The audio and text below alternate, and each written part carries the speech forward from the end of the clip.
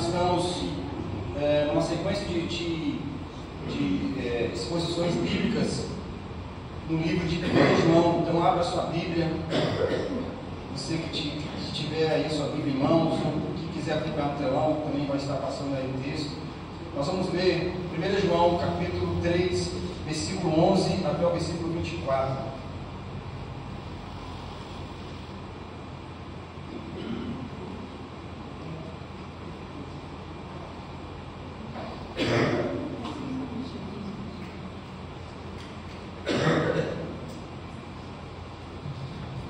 Diz assim o texto, meus irmãos: esta é a mensagem que vocês ouviram desde o princípio, que nos amemos uns aos outros.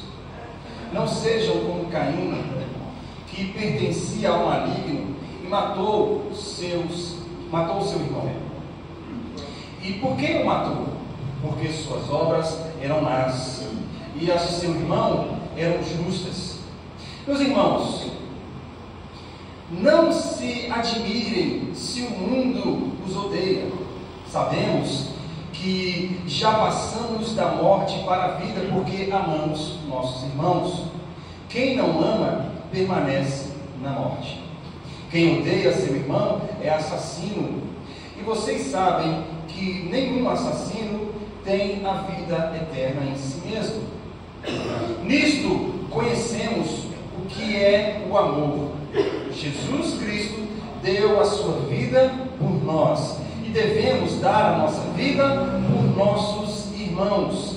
Se alguém tiver recursos materiais e vendo o seu irmão em necessidade, não o conceder,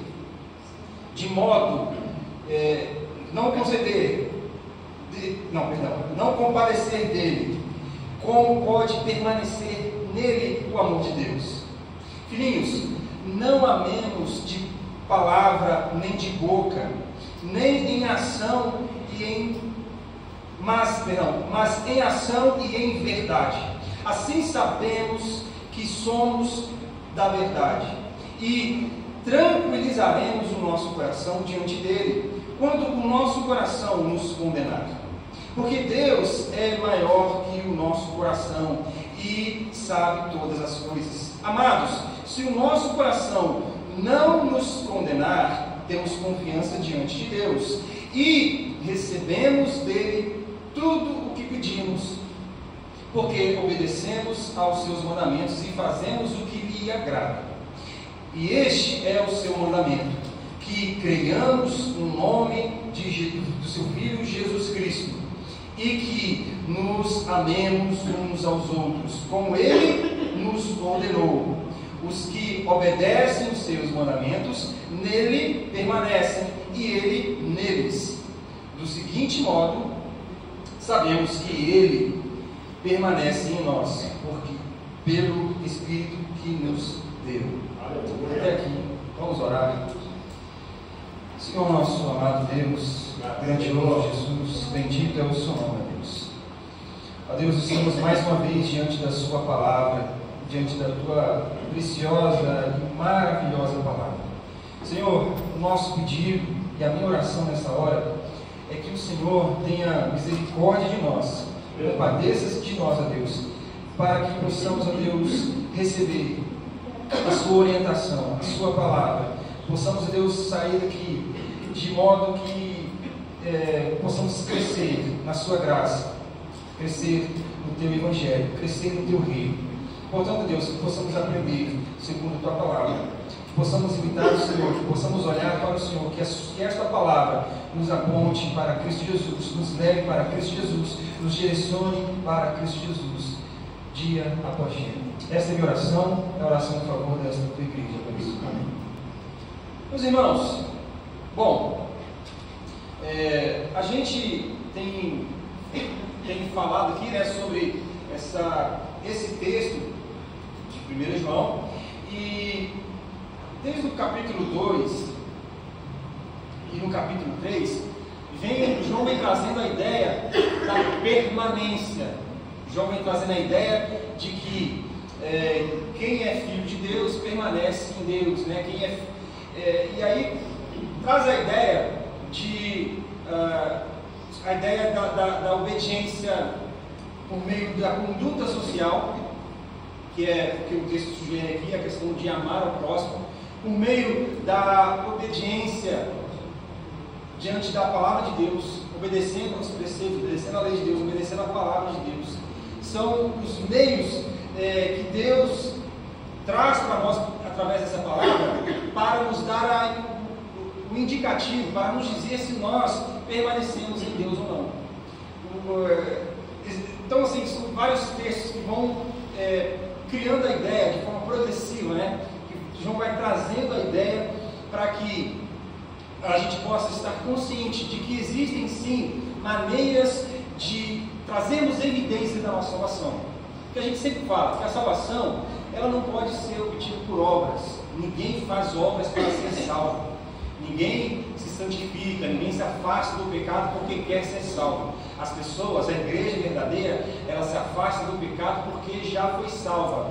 Então, as obras que nós fazemos, ou seja, as obras na comunidade, a manifestação, as evidências sociais que nós devemos mostrar que permanecemos em Cristo, é essa ação de amar os irmãos, de amar um ao outro, de ajudarmos uns aos outros. E também a ideia de permanecermos na palavra de Deus como indicativo, como evidência de que permanecemos em Deus. Aquele que ama a Deus permanece na sua palavra. Aquele que ama a Deus e não ama o seu irmão, não ama a Deus. É todo o contexto e o pensamento que o apóstolo vem trazendo nesse livro, né? Vocês sabem, a gente falou desde a primeira pregação, para combater a heresia do gnosticismo, uma seita que se levantou no primeiro século e ganhou muita força no segundo século, uma seita gnóstica que trazia alguns pensamentos estranhos, trazia um conhecimento obscuro, um conhecimento específico, um conhecimento exclusivo, que somente aqueles que estavam dentro do gnosticismo poderiam saber. E aqueles que estavam dentro do gnosticismo, eles diziam que só aquele conhecimento poderia salvá-los. Então, assim, João está trazendo evidências, dizendo, olha só, não é aderir a uma seita, não é ingressar num conhecimento que para você saber, você precisa estar lá dentro. Você só vai saber, e esse conhecimento não pode ser aberto, não pode ser falado para todo mundo. Existem evidências claras. O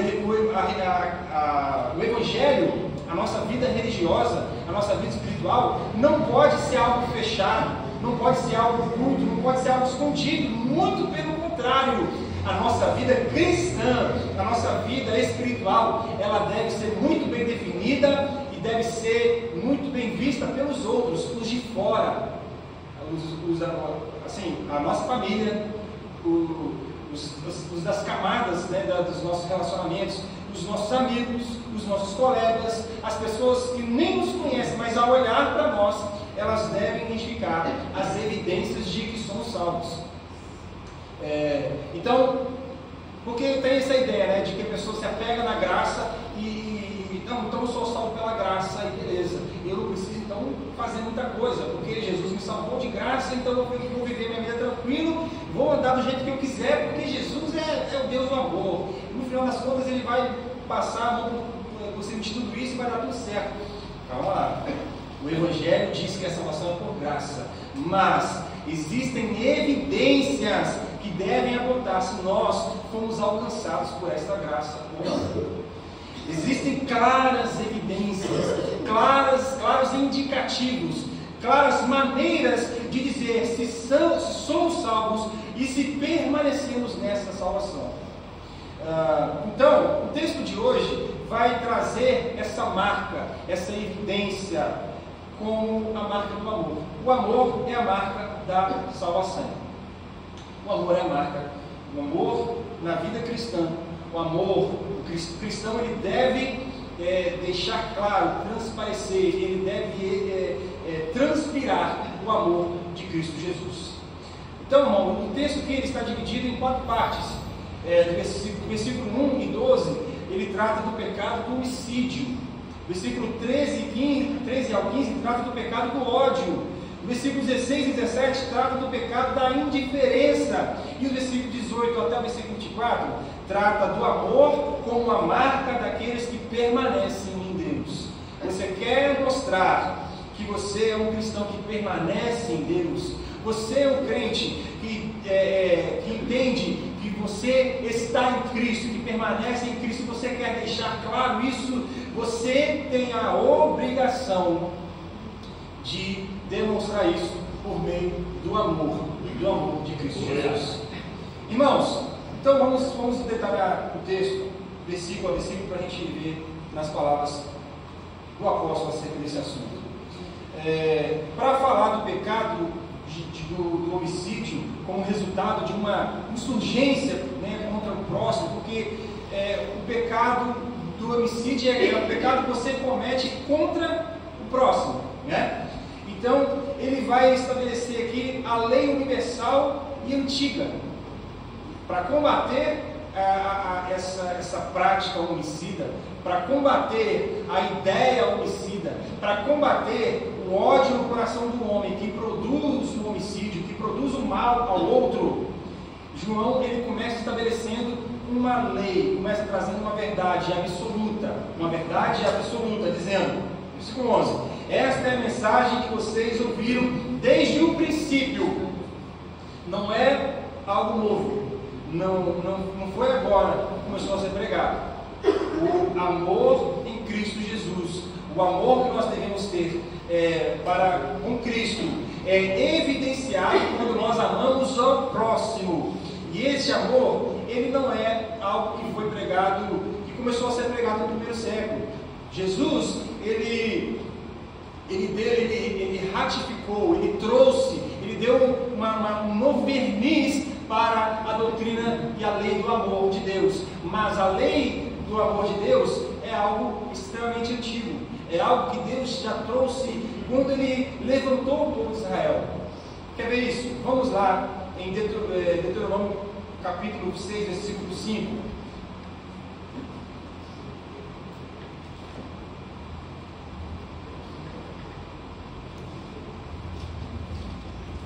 Deuteronômio 6, 5 fala: ame ao Senhor, o seu Deus, com todo o seu coração, com toda a sua alma e com todas as suas forças. Aqui, essa mensagem falando do amar a Deus.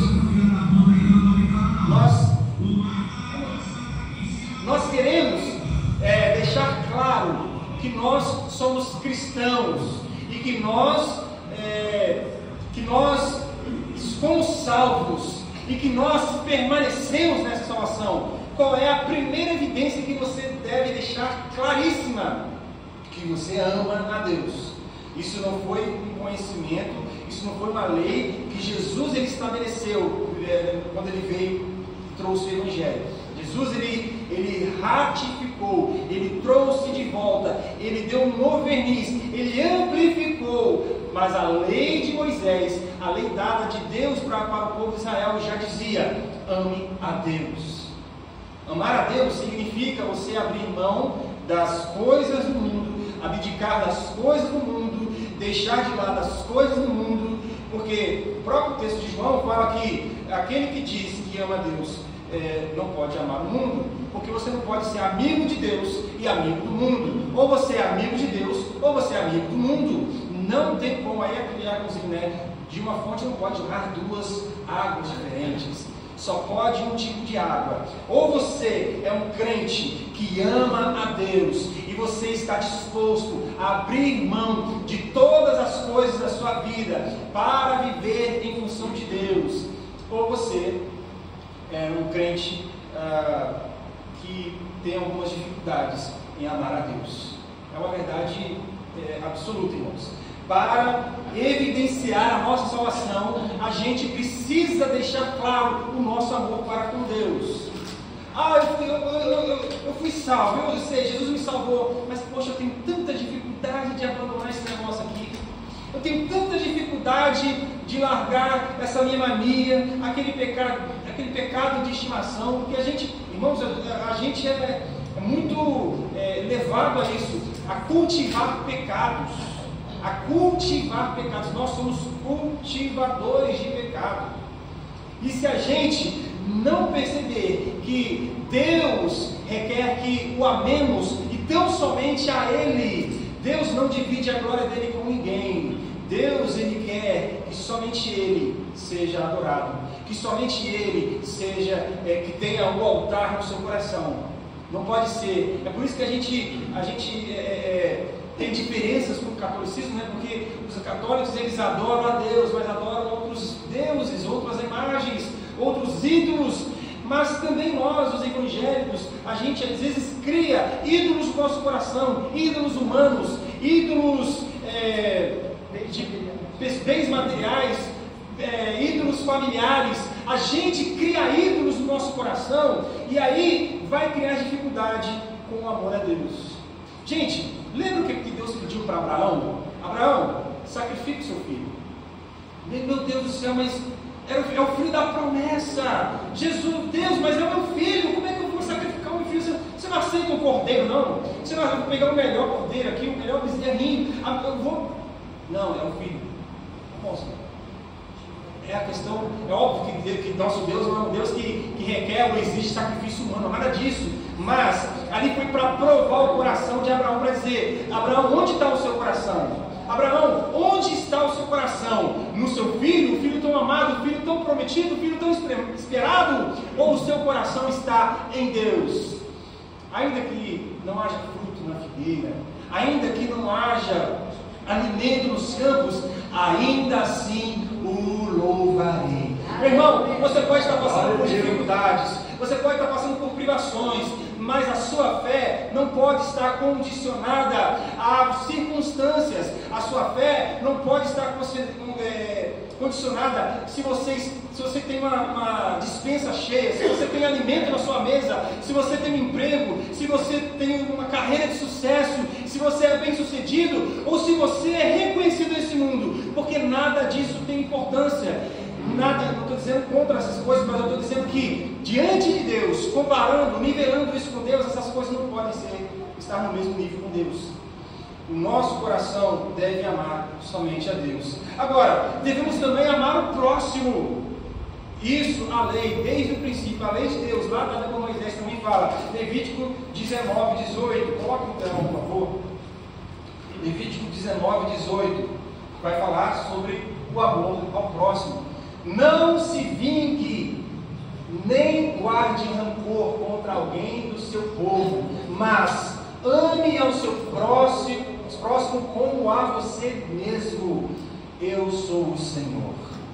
Meus irmãos, então, quando João está dizendo aqui, essa é a mensagem que vocês ouviram desde o princípio. João está fazendo referência a esse texto. João está dizendo, olha só, lá na lei de Moisés, lá nos tempos antigos do povo de Israel, no passado, a gente ouviu o testemunho de Deus dizendo que nós devemos amar a Deus sobre todas as coisas e devemos amar o nosso próximo como a nós mesmos. Essa é uma regra, essa é uma lei, isso é uma determinação, isso é um decreto de Deus. É um mandamento eterno, é um mandamento divino. E Jesus, irmãos, ele ratificou isso. Jesus, ele endossou isso. Jesus, ele deu um brilho nisso, lá em Mateus 22, versículo 34 ao 40. Vamos ler? Mateus 22. Mateus 22, 34 ao 40, ele diz: ao ouvirem dizer que Jesus havia deixado os saduceus sem resposta, os fariseus se reuniram. Um deles, perito da lei, o pôs à prova com essa pergunta: Mestre, qual é o maior mandamento da lei? E respondeu Jesus: ame o Senhor, o seu Deus, de todo o seu coração, de toda a sua alma e de todo o seu entendimento. Este é o primeiro e maior mandamento. E o segundo é semelhante a ele: ame o seu próximo como a si mesmo. Destes dois mandamentos dependem toda a lei e os profetas. Ou seja, tudo o que Deus falou, tudo o que Deus ordenou e toda a nossa vida com Deus depende desses dois mandamentos, de amar a Deus e amar ao nosso próximo. Se nós dissermos que amamos a Deus e não conseguimos abrir mão de coisas por Deus, será mesmo que amamos Deus tanto assim? Se nós não conseguimos passar por calúnias, por cima da calúnia, por cima dos maus tratos, por cima do ódio e da hostilidade que as pessoas têm contra nós, se nós não somos capazes de passar por cima do mal infligido sobre nós, como que a gente pode dizer que amamos o nosso próximo? Irmãos, é característica exclusiva do povo de Deus amar as pessoas. Jesus disse: amar o próximo é fácil, mas é necessário amar o próprio inimigo. Nós devemos amar aqueles que nos fazem o mal. Nós devemos amar aqueles que nos perseguem. Nós devemos amar aqueles que querem nos destruir. E deixa eu te falar uma coisa: o mundo é hostilizado pela igreja. A igreja é hostilizada pelo mundo. O mundo persegue a igreja. O mundo quer destruir a igreja. O mundo quer desfazer da igreja. O mundo quer com que a igreja acabe. Por quê? Porque o mundo odeia a igreja. Mas, e qual é a resposta que a igreja dá para o mundo? Amando o mundo. Mas não amando o mundo no sentido de gostar do mundo, mas amando as pessoas que estão no mundo, levando o evangelho de Deus para elas. Olha, o mundo te odeia, o mundo nos persegue, o mundo diz que nós devemos sumir da face da terra, e nós dizemos: existe uma salvação para vocês, existe um Salvador e um Libertador para os seus pecados, existe alguém que pode tirar vocês da lama do pecado e levar vocês para um nível muito mais elevado, um nível de salvação, um nível de amor. Irmãos, é uma graça que sobrepuja qualquer tipo de pensamento. É uma graça que ultrapassa qualquer expectativa, qualquer compreensão.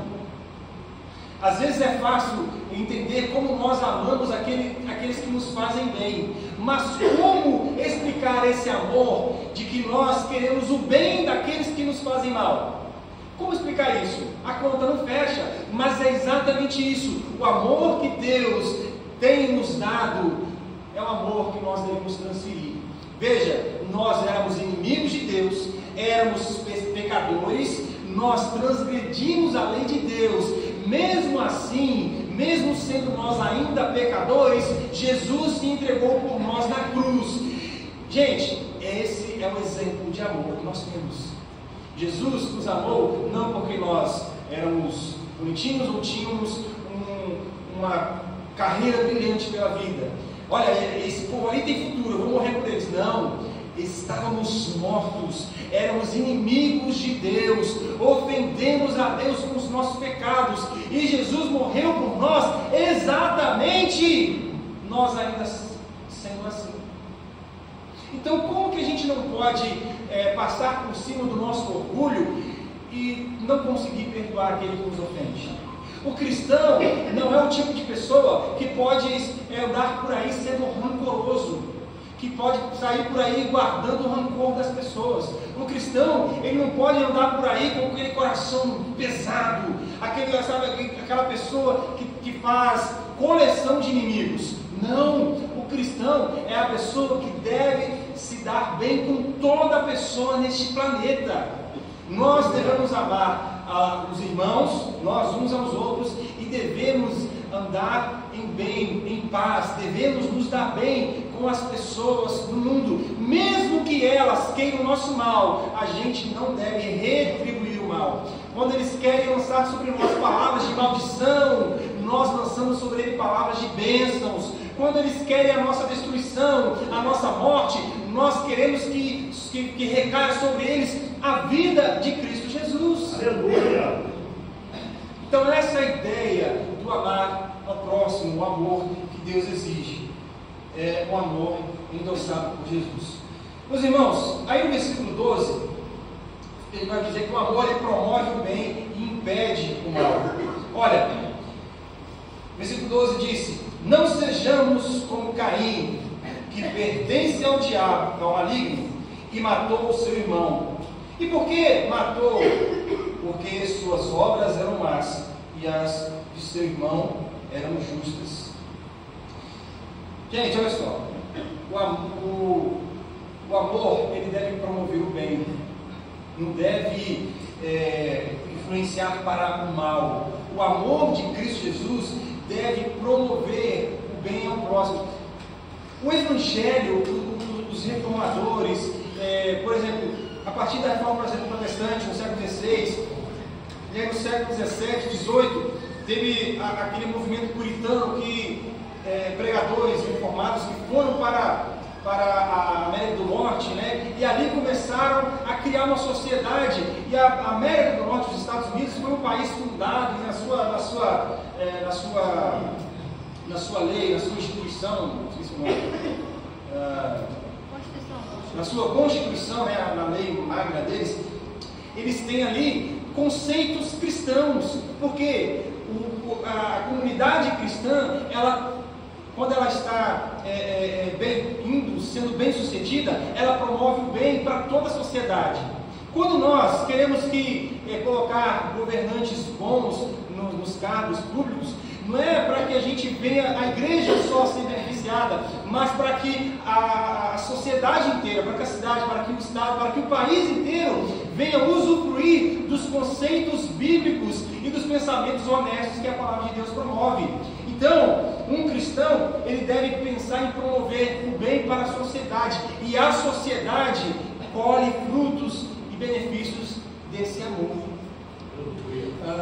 Mas veja, a orientação do apóstolo aqui é: não sejam como Caim, porque ele vai falar sobre a ideia e o conceito do pecado, do pecado do ódio, que promove o homicídio. O que foi a história de Caim? Caim, ele foi ofertar a Deus, né, e fazer um sacrifício a Deus, fazer um culto, prestar culto a Deus, e aí ele trouxe ali os legumes, algumas coisas da terra, né, frutos da terra. Abel, ele trouxe o melhor cordeiro, o melhor animalzinho e sacrificou. Mas a questão não é o tipo de oferta, mas o coração que está ofertando. Caim, ele estava com o coração endurecido e ofertando qualquer coisa para Deus. Caim, ele estava entregando um culto de qualquer maneira, de qualquer jeito para Deus. Enquanto Abel, ele estava entregando tudo para Deus, entregando o derramar do sangue, ou seja, dando o derramar de sangue para Deus. Ali, claro, era uma tipificação do sacrifício de Jesus, e é esse o sacrifício aceitável por Deus. Mas o problema não foi os legumes que Caim ofertou, mas foi a maneira desleixada que ele ofertou a Deus e a maneira com a qual ele olhou para o sacrifício do seu irmão.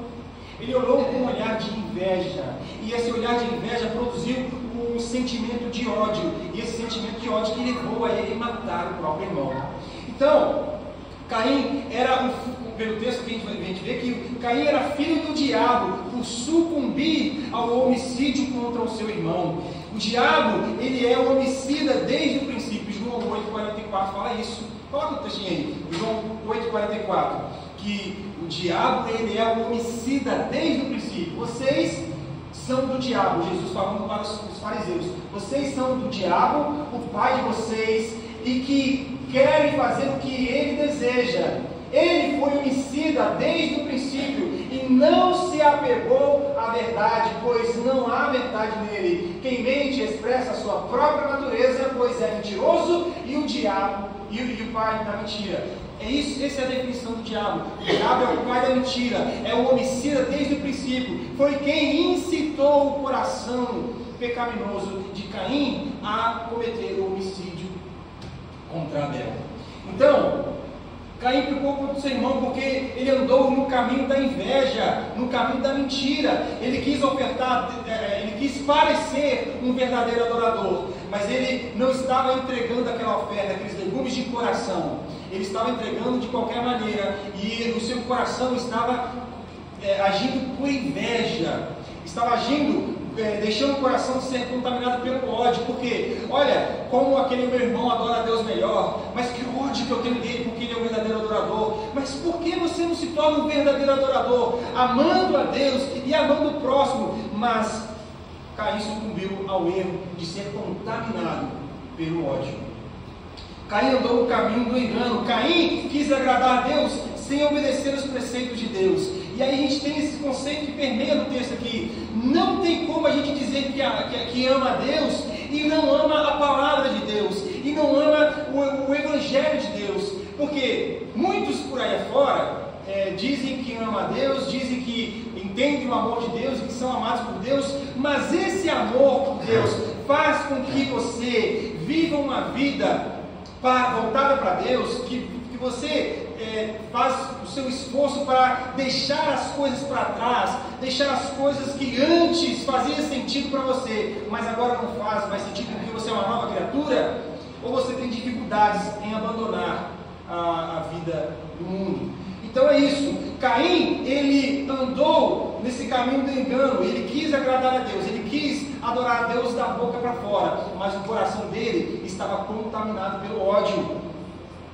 porque ele não obedeceu a Deus. Você quer ver uma coisa? Vamos lá em Gênesis 4. Gênesis 4, a partir do versículo 3. Passado algum tempo, Caim entregou ao Senhor uma oferta dos frutos da terra. Abel também trouxe as primeiras crias do seu rebanho com as partes gordas. O Senhor olhou com agrado para Abel e a sua oferta, mas não para Caim e a oferta deste. Por isso, a ira de Caim se acendeu e o seu semblante desfaleceu. Então o Senhor disse a Caim: por que você está irado? Por que desfaleceu o seu semblante? Se você fizer o bem, não se levantará. Se, porém, não o fizer, saiba que o pecado o espreita à porta. Ele deseja governá-lo, mas você deve dominá-lo. O que o Senhor fez aqui? O Senhor deu um mandamento para Caim. O Senhor deu uma lei. O Senhor deu uma maneira dele. Deus deu uma vida, uma teologia para ele seguir ali naquela situação. Caim, não deixe o seu coração te dominar. Caim, não deixe essa semente maligna encher o seu coração. E ele quis ofertar a Deus, ele quis dizer ser um crente a Deus, mas não quis obedecer a palavra de Deus. Deus orientou, Deus deu para ele a orientação necessária para ele vencer o pecado, mas ele negligenciou a palavra de Deus e fez o quê? Dissimuladamente chamou seu irmão para o campo e o matou. Caim ofereceu culto a Deus com um coração contaminado por inveja e por ódio de seu irmão.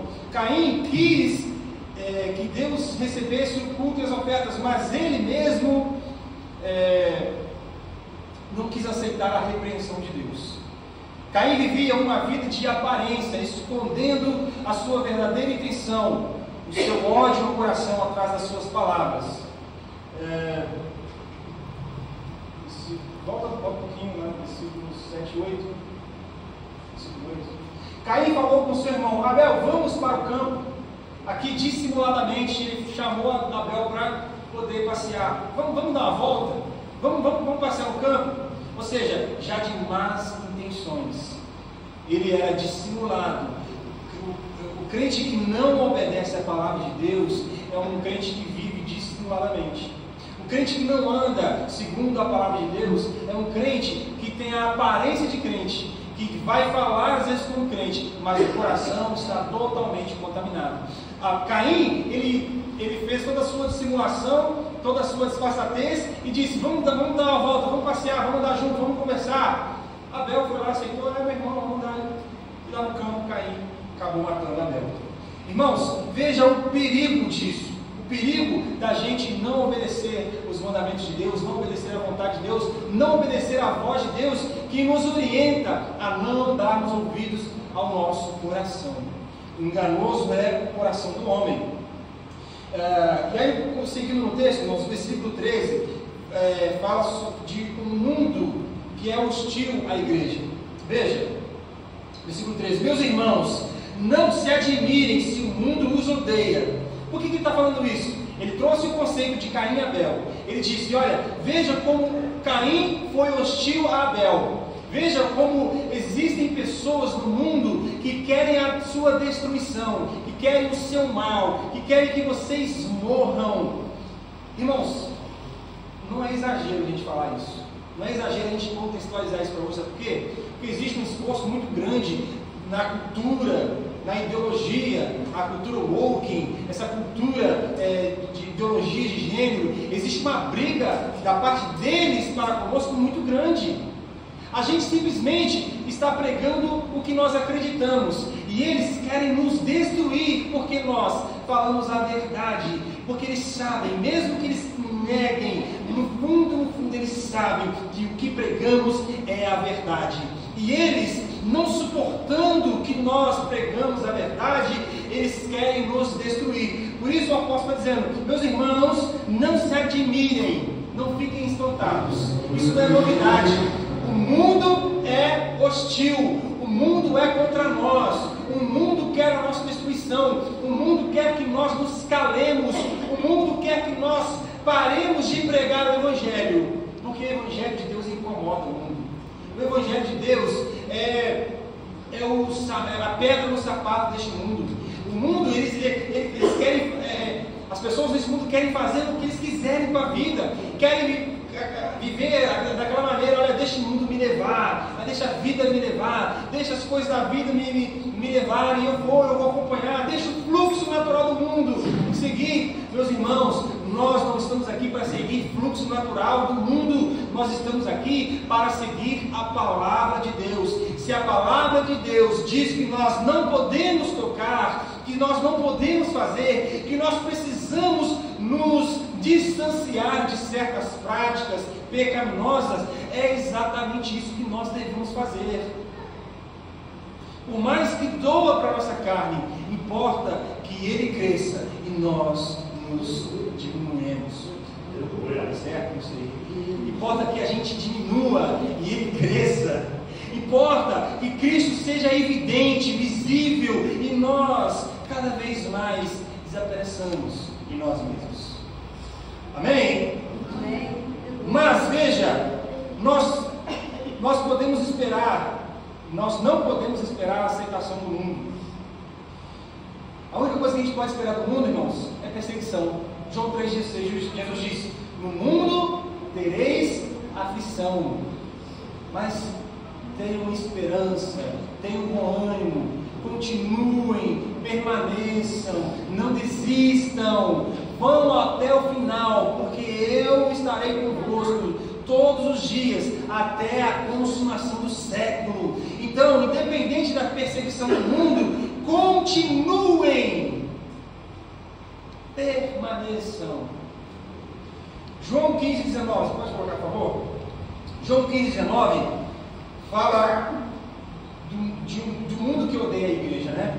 Se vocês pertencessem ao mundo, ele os amaria como se fossem dele. No entanto, vocês não são do mundo, mas eu os escolhi dentre o mundo. Por isso, o mundo os odeia. Meus irmãos, nós não podemos esperar menos deste mundo. Nós não estamos aqui para sermos amiguinhos do mundo, como eu estou falando, amigo do sistema do mundo. Jesus disse que o mundo jaz no maligno, isso é, o sistema do mundo, a ideologia mundana, os pensamentos, a forma, a cultura, o que rege e conduz o mundo é do maligno, é pecaminoso, e nós não podemos ter amizade com o mundo nesse sentido. Então, por causa disso, o mundo nos odeia, porque nós pregamos a palavra de santidade, e o mundo nos odeia, porque o mundo quer viver uma vida devassa, porque nós pregamos uma vida de desapego das coisas deste mundo, e o mundo quer cada vez mais ajudar e amontoar coisas para si. Nós pregamos uma vida altruísta e o mundo prega uma vida individualista. Nós pregamos o Evangelho de Cristo Jesus e o mundo prega a vontade de si mesmo. Por isso o mundo nos odeia. Nós não somos deste mundo, nós não pertencemos a este mundo, portanto, nós não podemos andar como este mundo anda. No versículo 14: enquanto a marca do mundo é o ódio, a marca da igreja é o amor. Versículo 14: sabemos que já passamos da morte para a vida, porque amamos nossos irmãos. Quem não ama, permanece na morte. Que dura realidade. Que dura realidade. Nós sabemos que nós estamos vivos, nós sabemos que passamos da condição de morte para a vida, quando Deus nos mostrou o seu amor. E este amor fez tanto sentido para nós, que nos transformou, nos modificou e nos elevou a amar aqueles que nós nunca iríamos ter a chance de amar, que nós nunca iríamos ter força para amar. Imagina você amar aquele que te faz mal. Imagina você querer levar, pregar a mensagem do Evangelho para aqueles que fizeram mal para você. Meus irmãos, eu vi uma sessão jurídica dos Estados Unidos. Eu estava lendo um livro, uma igreja chamada Tov. Essa palavra Tov é uma palavra no hebraico que significa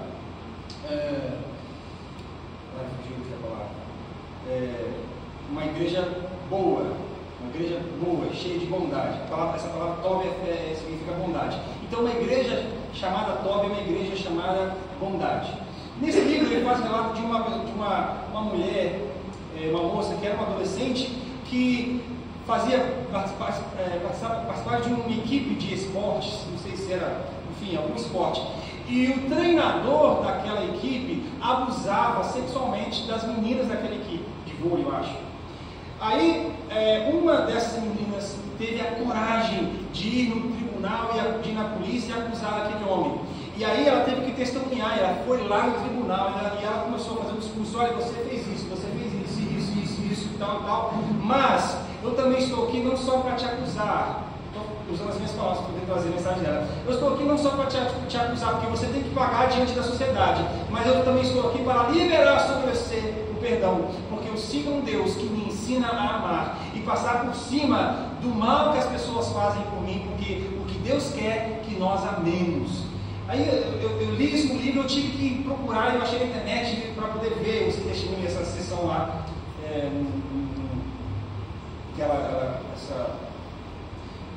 essa prestação de Jesus. Que ela estava no tribunal falando isso aí, fugiu a palavra aqui. Então, foi assim, é maravilhoso a força e o poder do Evangelho.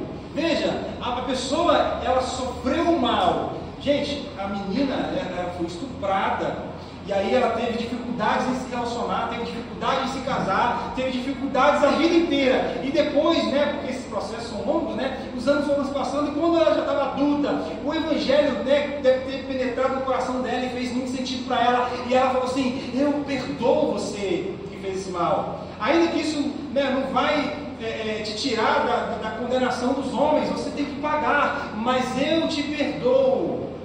Irmãos, o amor de Cristo Jesus é isso. O amor que nos faz passar por cima do nosso orgulho, que faz passar por cima da nossa dor. O Evangelho nos faz amar. E aí, porque o versículo está dizendo: sabemos que passamos da morte para a vida, porque amamos o nosso irmão. Quem não ama permanece na morte. Quem não ama permanece na morte. Irmãos, o ódio é a marca dos que se perderam. Quem não ama permanece na morte. Quem não ama permanece nas trevas. Quem não ama não tem a verdade de Deus. Quem não ama não sabe o seu destino final. Quem não ama é mentiroso. Quem não ama é filho do diabo. Tudo isso são versículos que está aqui nesse mesmo capítulo, nesse mesmo livro, no Evangelho, no livro de João. Irmãos, Caim odiou seu irmão e o matou. Esaú odiou Jacó e procurou matá-lo, tanto que Jacó teve que sair fugido para não morrer. Absalão odiou seu irmão e Aminon foi morto por seu irmão. A mulher de Herodes odiou João Batista, porque João Batista mostrou o seu pecado, né? E o que ela pediu? Ela pediu a cabeça de João numa bandeja. É isso que o ódio faz.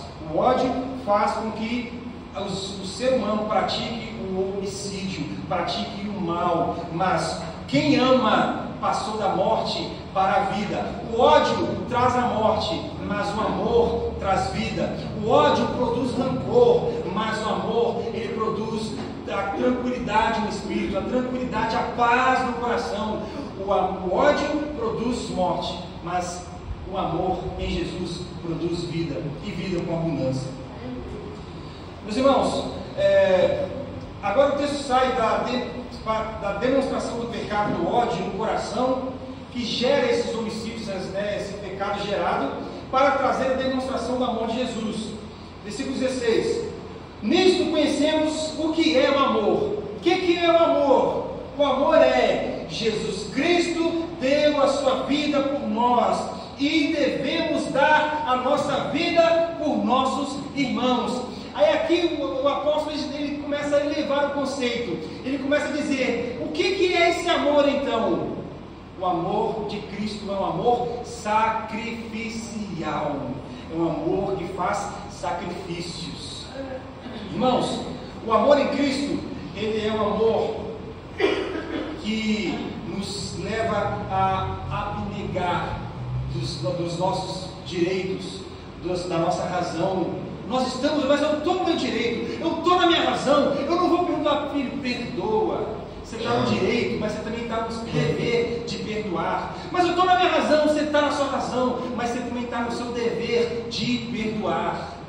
Nós devemos amar como Cristo amou. Porque o que Cristo fez?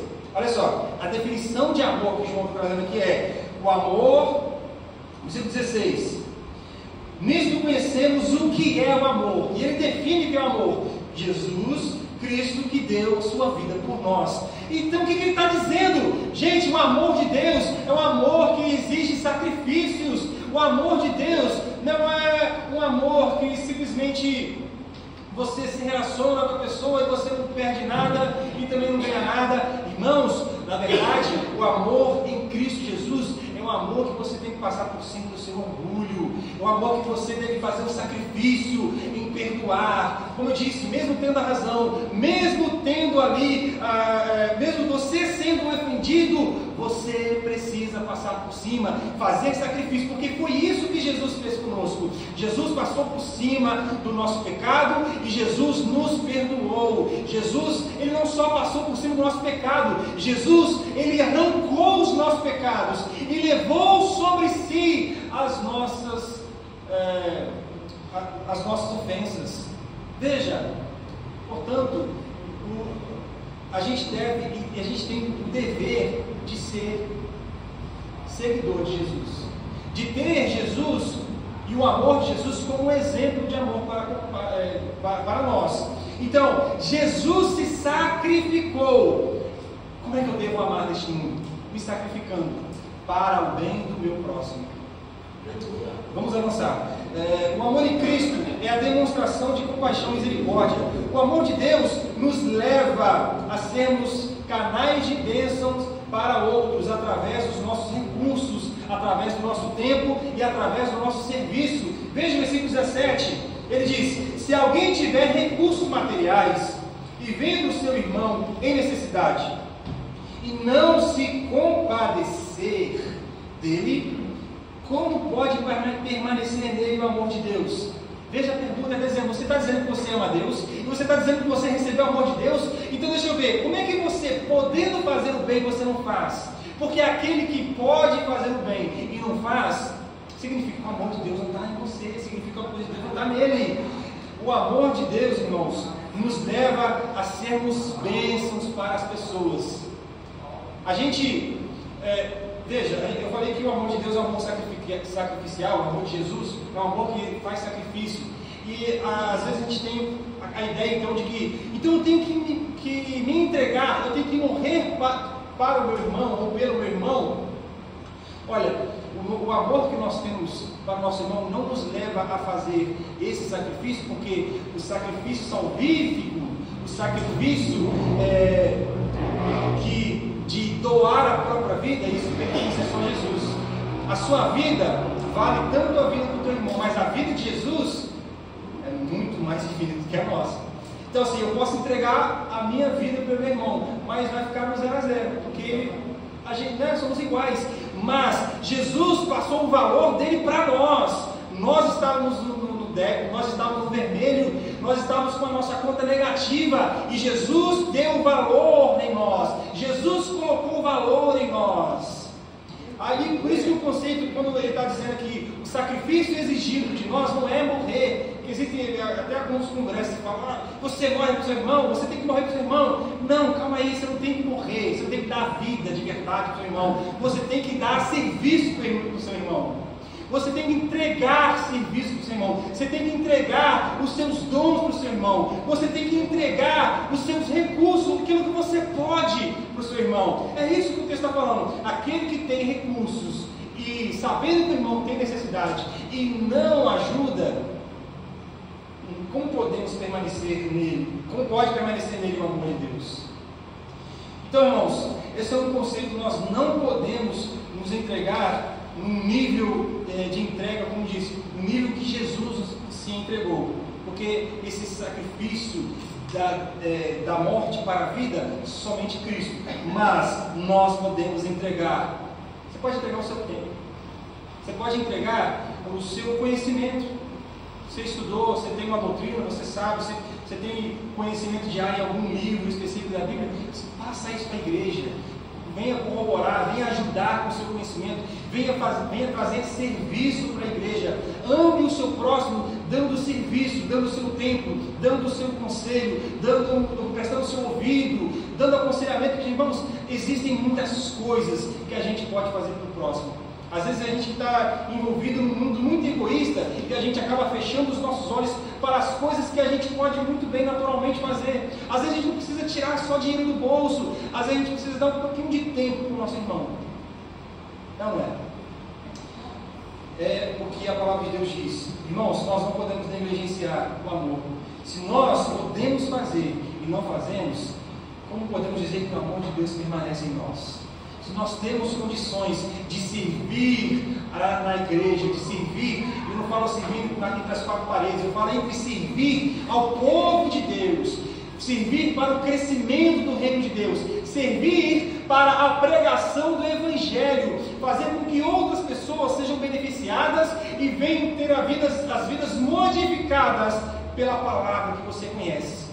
Não retenha para você, não guarde esse tesouro só para você, leve isso adiante, pregue o Evangelho para toda pessoa que você puder pregar. Irmãos, o amor de Deus não é demonstrado por palavras, tá? O amor de Deus é ação. Vamos ver o versículo 18. Filhinhos, não amemos de palavra nem de boca, mas em ação e em verdade. O nosso amor deve ser efetivo, deve ser exercido, deve ser uma ação. Mas, irmão, eu te amo, tá bom? De longe assim dá aquele tchauzinho, irmão, eu te amo. Manda aquele WhatsApp, irmão, eu te amo. Irmão, você tem que agir.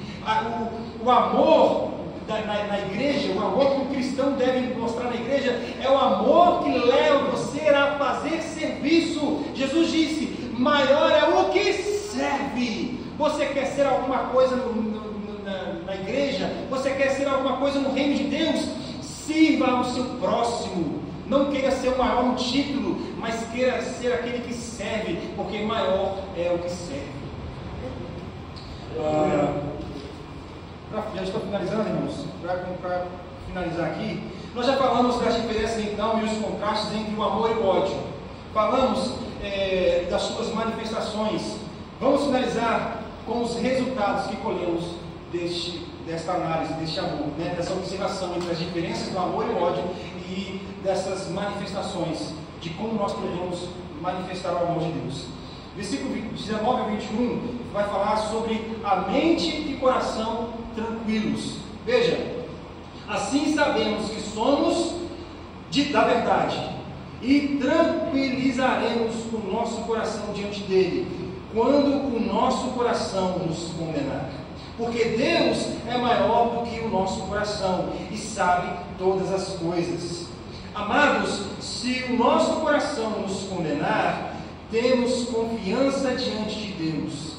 Aqui está dizendo que um dos frutos escolhidos do amor de Deus é a confiança. Confie em Deus, que se você está observando a lei de Deus, você está buscando aprender do Evangelho de Deus, você ama a Deus. E de que maneira eu amo a Deus? De que maneira eu demonstro que amo a Deus? Amando a sua lei. Você ama o seu irmão? De que maneira eu demonstro que amo o meu irmão? Servindo o seu irmão. Então, se você faz isso, você ama a Deus, meditando na lei de Deus, e se você ama o seu irmão, servindo o seu irmão, você pode ter o seu coração tranquilo. Por mais que o seu coração venha querer te acusar, por mais que o diabo venha lançar sementezinhas diabólicas no seu coração, dizendo que você falhou no seu amor para com Deus e para com o próximo, se você ama a palavra de Deus, se você ama o Evangelho, se você serve o seu irmão e serve a igreja, fique tranquilo, tenha paz no seu coração, aquieta a minha alma, porque te perturbas dentro de mim, porque ainda o louvarei. Irmãos, essa vida de serviço, essa vida da observação do amor, deve trazer em nós confiança em Deus. Eu confio em Deus, porque eu me lancei no seu amor, eu me entreguei no amor de Deus, eu amo o Evangelho e amo servir ao povo de Deus. Então tenha o seu coração tranquilo. Ter a constatação de que andamos na verdade. Se andamos nas obras de Cristo, temos tranquilidade diante de Deus, e o nosso coração nunca nos condenará. Deus é quem julga as nossas obras, irmãos. São aprovadas se estiverem de acordo com as obras de Cristo. Você anda na lei de Deus, você anda na lei de Cristo, você anda imitando as obras de Cristo. Então tenha o seu coração tranquilo. Tenha paz no seu coração.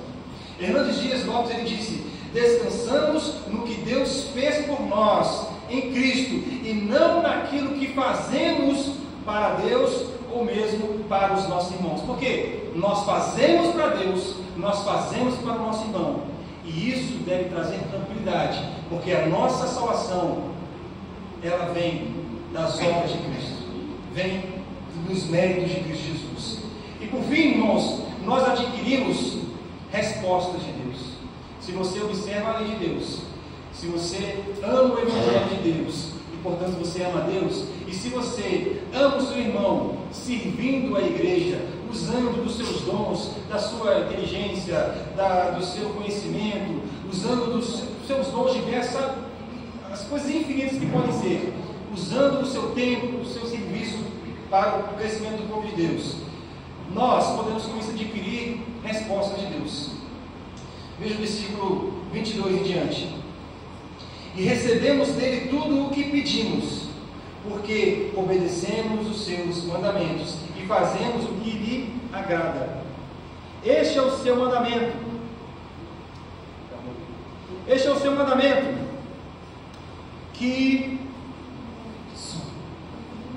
este é o seu mandamento, que creiamos no nome do seu Filho, Jesus Cristo, e que nos amemos uns aos outros, como Ele nos ordenou.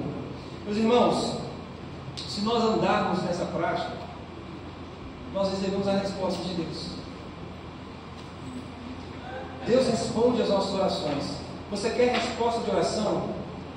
Ame o Evangelho de Cristo Jesus. Ande em acordo com os mandamentos de Deus. E ame o seu próximo, servindo o seu próximo. E como a gente falou, o amor não são palavras, o amor é ação. Então, fazendo isso, Deus responderá às nossas orações. A gente pede Deus ajuda, a gente pede coisas para Deus, mas os caminhos de Deus são maiores que os nossos.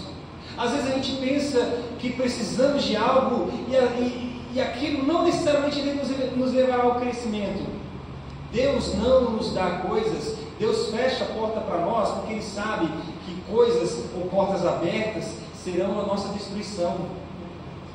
Nós precisamos aprender a confiar em Deus. E o que a gente precisa então fazer? Ficar nervoso, ansioso? Deus me dá isso, Deus me dá aquilo. Não, calma, ame a Deus. Viva no Evangelho de Cristo Jesus. Ame o seu próximo, servindo a sua igreja, servindo a igreja de Cristo Jesus espalhada no mundo inteiro. Fazendo assim, Deus irá trazer as respostas necessárias para a sua vida.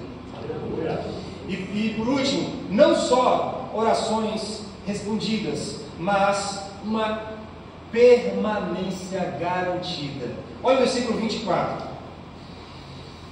Os que obedecem os seus mandamentos, nele permanecem, e ele neles. Irmãos, todo é o contexto aqui da permanência. Capítulo 2 já vem trazendo esse conceito, que é aquele que permanece em Deus, aquele que continua em Deus, aquele que persevera. Nós na quarta-feira falamos sobre a perseverança dos santos, a maneira de permanecermos em Cristo Jesus. O que João está dizendo aqui? Os que obedecem aos seus mandamentos, nele permanecem. Você quer ficar em Deus? Fique com a palavra de Deus. Você quer permanecer em Cristo Jesus? Permaneça no Evangelho de Jesus. Conheça o Evangelho, aprenda o Evangelho e obedeça e fique nesse Evangelho. Não aceite outras ideias, não aceite outros pensamentos, não aceite ideias gnósticas, ideias heréticas, mas aceite o Evangelho de Cristo Jesus, porque é assim que é salva a minha vida, a nossa casa. Nós somos salvos por crer em Cristo Jesus, e permaneça nisso. Sabemos se estamos nele, se obedecemos o Evangelho de Jesus. A obediência é a evidência da permanência em Cristo Jesus. É a nossa segurança, irmãos, é a nossa perseverança. Então, irmãos, são conceitos e textos aqui que trazem sempre, vem para reforçar sempre a mesma ideia. A ideia é que nós não podemos desistir ou desanimar, nós devemos continuar.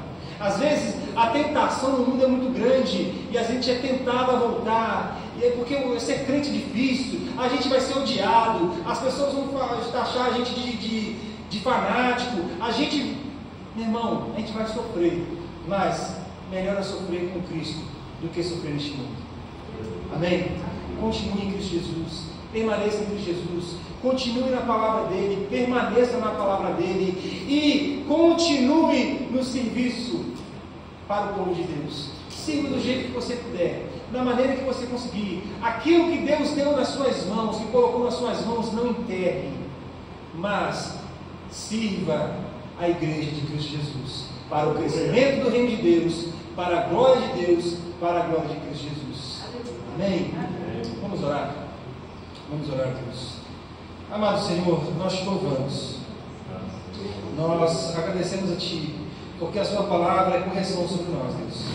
A Sua palavra, Deus, nem sempre vai ser só palavra de vitória, nem sempre vai ser só palavra de ânimo, mas sim palavras de exortação. O Senhor nos diz nessa noite, e se nós não amarmos a Deus de todo o nosso coração, como podemos dizer que permanecemos em Ti? Se nós não amamos o nosso próximo como a nós mesmos, a ponto de passar por cima do nosso próprio orgulho e servir o nosso próximo, como podemos dizer que nós permanecemos em Ti?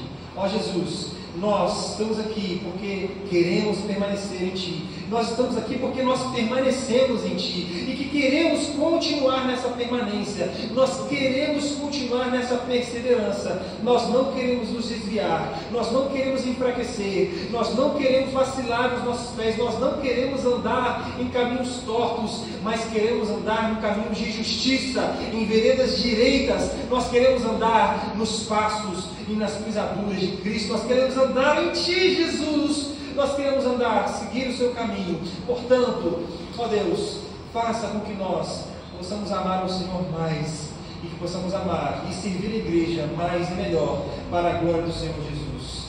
Amém e amém.